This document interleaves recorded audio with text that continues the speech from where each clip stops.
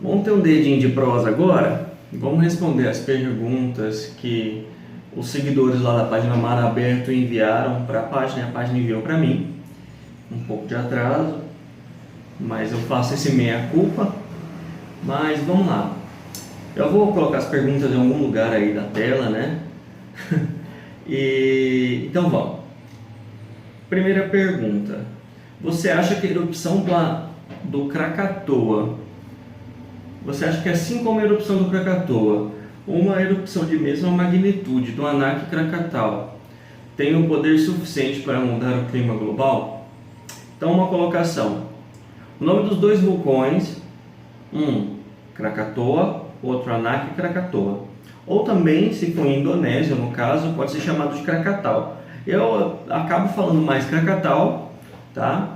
Mas o nome que a Sociedade Geológica do Reino Unido, né, de Londres, essa sociedade geológica lá no final do século XVIII chamou o vulcão de Krakatoa.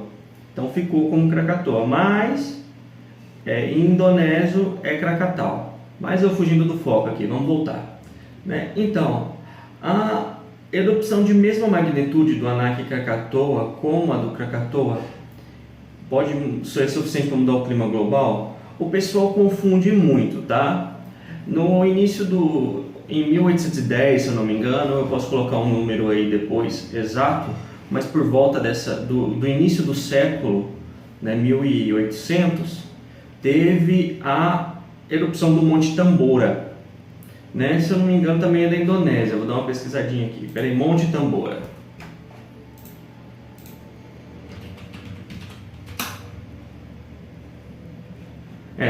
Monte Tambora, é um estratovulcão na Indonésia. Isso aí, estava certo. Mas então, teve em 1815, a erupção do Monte Tambora. Esse Monte Tambora, ele realmente mudou o clima global durante alguns anos, tá? É chamado o ano sem verão na Europa, né? The Year Without Summer. E esse ano sem verão, olha aí, eu sou babaca falando inglês, mas tudo bem, tudo bem. Mas esse ano sem verão, né, uma curiosidade aí, foi até quando dizem que foi escrito o Frankenstein, né? Mas deixa isso aí para curiosidade para depois. Então, o Monte Tambora teve uma proporção, a erupção foi bem grande e influenciou no clima global. No entanto, o Krakatoa ou Krakatau, ele foi uma erupção muito grande. O vulcão, ele podemos dizer assim, a grosso modo, ele expeliu toda a lava que tinha, deu um sobrepeso, e esse sobrepeso entrou em colapso do vazio que ficou embaixo, onde não tinha lava, né? Então isso daí gerou uma tsunami muito grande e matou o vulcão Krakatoa. Por isso que hoje a gente chama um vulcão novo que surgiu no local onde existia o Krakatoa antigamente, o Anak Krakatoa, né? O filho do Krakatoa.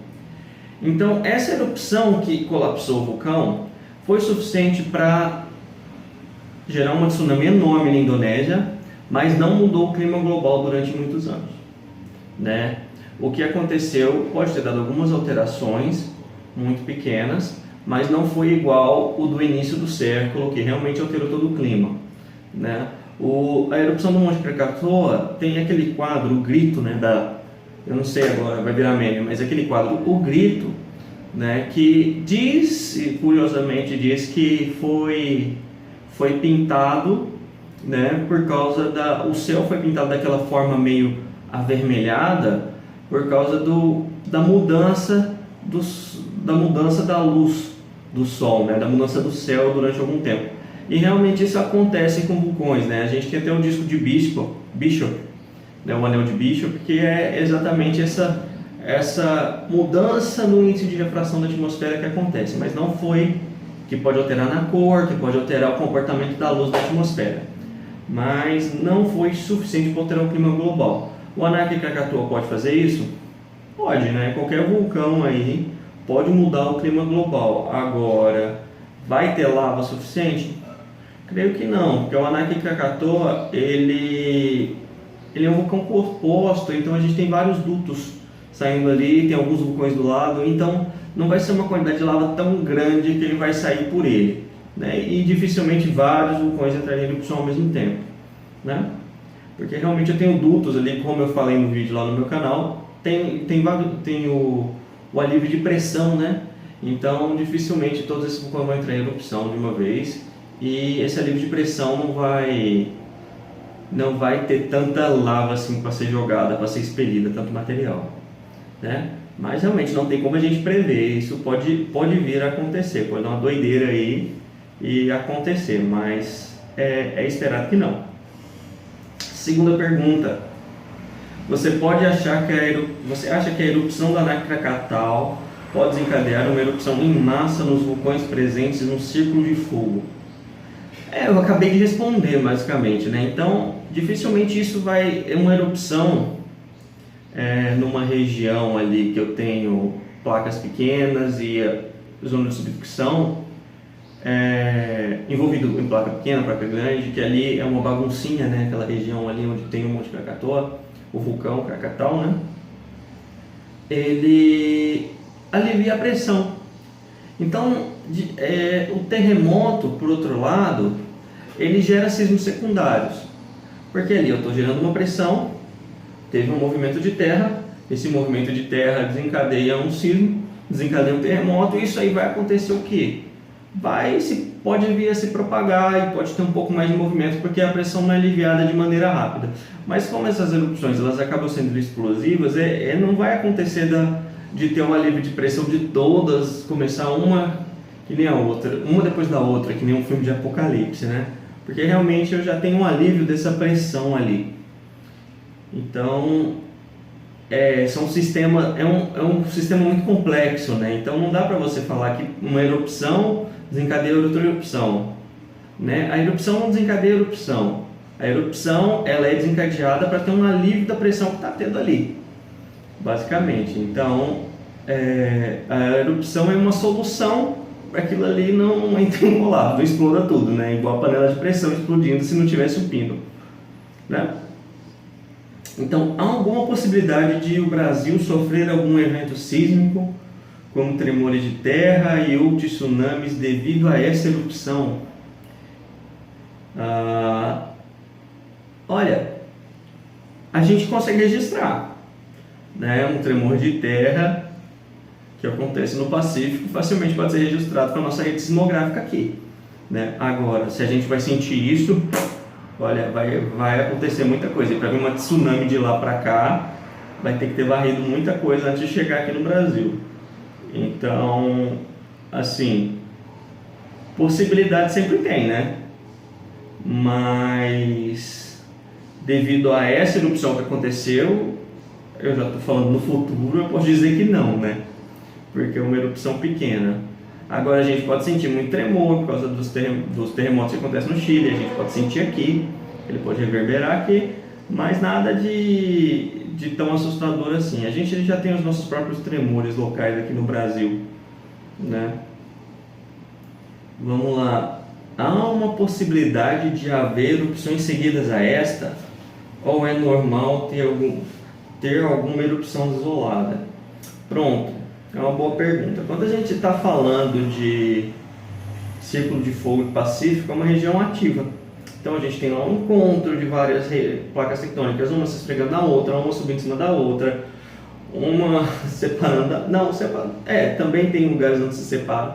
Não é normal ter erupção isolada, porque ali já aconteceram várias erupções depois dessa da Indonésia, né? Até essa semana aconteceu um terremoto lá.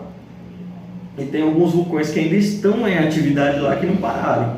Então tem erupção acontecendo há mais de 100 anos, né? Que o vulcão está em estado de erupção, ele está ali jogando material, está ali ativo, e só que não está tendo aquele evento explosivo, ele está tendo um derramezinho ali. Tem vulcões fazendo isso até por mais de 100 anos até. Vamos lá. As partículas que estão em suspensão devido à erupção conseguem chegar até a população mais próxima? Em caso afirmativo, quais os danos à saúde às pessoas? Não vou falar aquela palavra grande que é a maior palavra da língua portuguesa. Então acho que a galera tá me desafiando a falar aquela palavra bem grande, né? Que é a maior palavra da língua portuguesa. Vamos ver aqui, que eu não lembro de cabeça. Maior palavra da língua portuguesa. Sim, meus amiguinhos, se as pessoas respirarem cinzas vulcânicas, elas vão ter uma doença que é chamada como... Espera aí. Pneumo ultramicroscópico sílico vulcanoconiótico. Tá? Pneumo ultramicroscópico sílico vulcanoconiótico. Gente, parece alemão que vai juntando um substantivo com outro e vira uma palavra gigantesca, né? É uma doença que ataca o pulmão, né, quando você respira cinzas vulcânicas. Mas aí, essa é uma doença que pode acontecer. Mas existem outros problemas também. Quando a erupção é muito grande, né, igual aconteceu em Pompeia, você tem aquelas pessoas lá que viraram pedra, né, que quando a cinza quente, né, que é basicamente, vamos dizer, lava em suspensão, então é a cinza, de grosso modo, não briguem comigo, mas então eu tenho toda essa cinza quente, todo esse material em suspensão, quando cai na pele, se solidifica na hora, vira uma estátua viva ali, a pessoa é queimada, né? Então a gente tem até hoje turismo para Pompeia para ver essas pessoas lá petrificadas. Mas é claro que a erupção que teve em Pompeia foi muito maior do que essa erupção do Anak Krakatoa, tá? Por que a atividade vulcânica nessa região é recorrente? Bem, a gente está no ciclo pacífico, ciclo de fogo. Tem várias placas tectônicas ali, uma sendo construída, outra sendo destruída, uma entrando embaixo da outra, uma esfregando na outra, então isso daí gera aumento de pressão, aumento de temperatura, então é vulcão. Explicar. O que significa dizer que o Anak Krakatau é uma ilha em uma caldeira? Primeiro a gente precisa explicar o que é caldeira vulcânica. A caldeira vulcânica geralmente seriam essas câmeras magmáticas muito grande, geralmente de lava basáltica, tá? Que alimentam um sistema de vulcão. Então, o que eu tenho ali? Eu tenho um aumento de pressão, um aumento de temperatura, então eu tenho uma região propensa a se formar uma câmara magmática. Essa câmara magmática faz esse aumento de pressão, esse aumento de temperatura, vão ter os seus dutos que vão atravessar a crosta e vão começar a se formar vulcões por causa dessa lava que está saindo ali de baixo. Então uma ilha de caldeira é basicamente isso. Eu tenho um sistema ali que eu tenho a pressão das duas placas, eu tenho uma zona onde eu tenho o meu magma, né? Eu tenho a minha câmara e está saindo lava dali, tá? E uma tendência das ilhas de caldeira é entrar em colapso, que foi o que aconteceu com o Krakatau, né? Esvaziou a pressão tanto, tirou basicamente todo aquele material, tem uma pressão litostática muito grande, pá, caiu, levantou água, foi um tsunami que só o cão, né? Então é basicamente isso que é a dizer que é uma ilha caldeira. Então eu vou juntar a questão 9 com a questão 10, tá? Assim como nos continentes, também existem vulcões ativos no fundo do oceano. Estes são capazes de provocar dano à vida terrestre, como terremotos ou tsunamis? E quais os riscos às erupções submarinas e quais riscos as erupções submarinas podem causar ao ambiente? E já vem a outra pergunta. No Anel de Fogo do Pacífico também se encontra atividade de vulcões e fontes termais no fundo dos oceanos? Não tem a 9 a 10. Pronto. Uma atividade extremamente benéfica que várias teorias apontam o início da vida, né, são essas atividades submarinas de vulcão, né, que são as nossas fumarolas ou em inglês vents, né? Então essas erupções submarinas podem causar dano no ambiente? Bem, a gente tem um ambiente ali em equilíbrio, né? A gente tem ali muitos organismos gerando alimento através de quimiossíntese, né, nessas fumarolas, e também a gente tem a construção de placa oceânica, por exemplo, da nossa separação do Brasil com a África, a gente tem pequenas erupções que estão dando ali, porque está se separando as duas placas, né? Então a gente acaba construindo o nosso próprio Oceano Atlântico aqui, essas erupções seguidas. Mas elas são exudações de magma lento, magma muito viscoso, muito denso, e isso aí acaba não sendo explosivo, tá? Eu não sei falar agora de cabeça erupções explosivas assim submarina. Existe, mas locais assim para apontar eu não consigo falar, porque geralmente acaba nos arremetendo à criação de ilhas, né? Essas erupções aí do fundo do mar acabam criando essas ilhas, como o Havaí, como até mesmo ali na Indonésia. Então a vida acaba se adaptando a isso, tá? Agora, tsunami é difícil uma erupção no fundo do mar gerar. Por quê? Porque eu estou tendo uma pressão muito grande de água, principalmente se for muito profundo. Então eu tenho uma pressão muito grande. Lembra, tipo, a cada 10 metros que a gente tem uma coluna água, aumenta uma atmosfera. Isso aí vai ficando muito mais intenso conforme a profundidade do oceano. Então dificilmente você consegue esse transporte de energia mecânica dentro da água para a água, sendo que você tem uma pressão inversa. Entendeu? Então é mais difícil você gerar tsunami por causa desses movimentos aí de erupção gerada no fundo, tá? Tanto é que a erupção que gerou esse tsunami gigantesco na Indonésia, ela se deu por uma queda muito grande de material rochoso de uma vez, um desmoronamento. Então quando eu tenho esse deslocamento de água e foi muito raso, aí acontece esse tipo de evento, né, que é o tsunami. A última pergunta aqui: qual a intensidade da atual erupção? O sismo gerado ali mais forte naquela região enquanto eu estava tendo a erupção da Krakatoa em abril de 2020 foi 2.1. Em maio de 2020 aconteceu um sismo muito mais forte que esse na Indonésia. Então a forma com que a gente mede a erupção, com que a gente não, né, muita prepotência minha, eu não sou vulcanólogo, mas com que os vulcanólogos e quem é especialista só em vulcão atribui a intensidade de erupção é chamado de VEI, né? Volcanic Explosive Index. Então é índice de explosão vulcânica, índice de explosão, ou assim, o quanto o vulcão consegue explodir. Vou colocar umas figurinhas aí para vocês, tá? Para vocês terem ideia, a erupção de Krakatau foi 4. Isso. Krakatau foi 4 nessa escala, tá? A erupção do Tambora foi 6 nessa escala, que foi aquela que eu estava comentando aqui, né? E essa escala vai de 1 até 8.1. E como que eles fazem isso? É o volume de material expelido que tem que ser medido, a altura da erupção e a observação qualitativa, tipo quão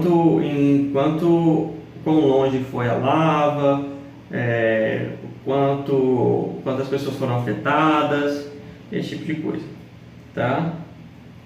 E 0 é um vulcão não explosivo, que seria definido 0 como menos de 10.000 metros cúbicos de cinza vulcânica emitida. Eu acho que esse aí, né, estaria mais ou menos ali entre 0 e 1, essa erupção do Monte Krakatoa agora, do Anak Krakatau, tá? Mas isso é um achismo, eu não achei nenhum artigo a respeito disso, tá bom? Mas se sair eu mando aí para vocês, tá bom? Desde já, muito obrigado. Eu peço para todo mundo acessar o meu canal, que vocês podem deixar aí o link, né? Que é o canal Panciência. Eu falei um pouco mais de vulcão e tem um pouquinho mais sobre o Círculo de Fogo do Pacífico no meu canal. E eu vou estar colocando mais ainda vou falar um pouquinho mais de vulcão por lá. Tá bom? Muito obrigado.